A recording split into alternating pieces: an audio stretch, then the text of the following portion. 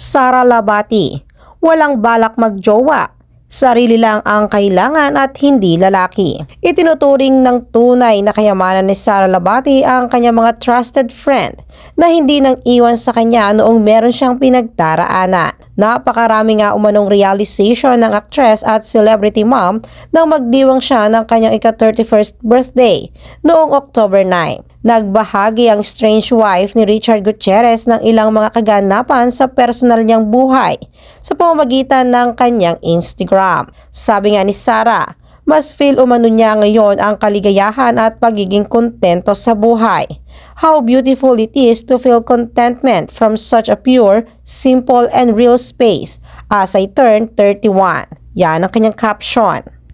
Netizens, pinayuhan si Ivana Alawi na subukang magjowa ng AFAM dahil laging bigo umano sa Pinoy. Sa napakaganda nga nitong artista na si Ivana Alawi at napakasikat nito sa kanyang mga vlog. Hindi nga alintana na hindi naman ito nagpapakilala ng kanyang mga nagiging boyfriend o karelasyon.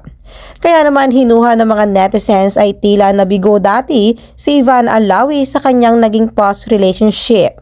Kaya payo naman ng ilang mga netizens dito ay kung bakit hindi subukan ni Ivana na magkaroon ng jowa o makipagrelasyon sa mga ibang lahi.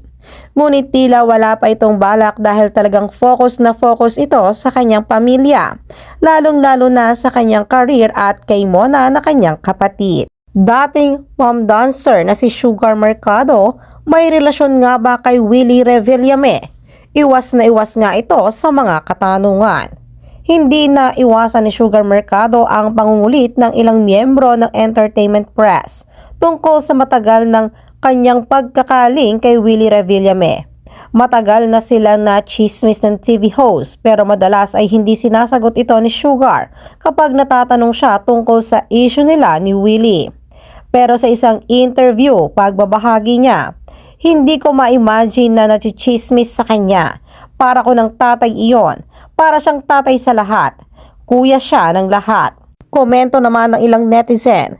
Matagal na ang issue hanggang ngayon kung bakit hindi pa rin nito nililinaw ang kanilang relasyon.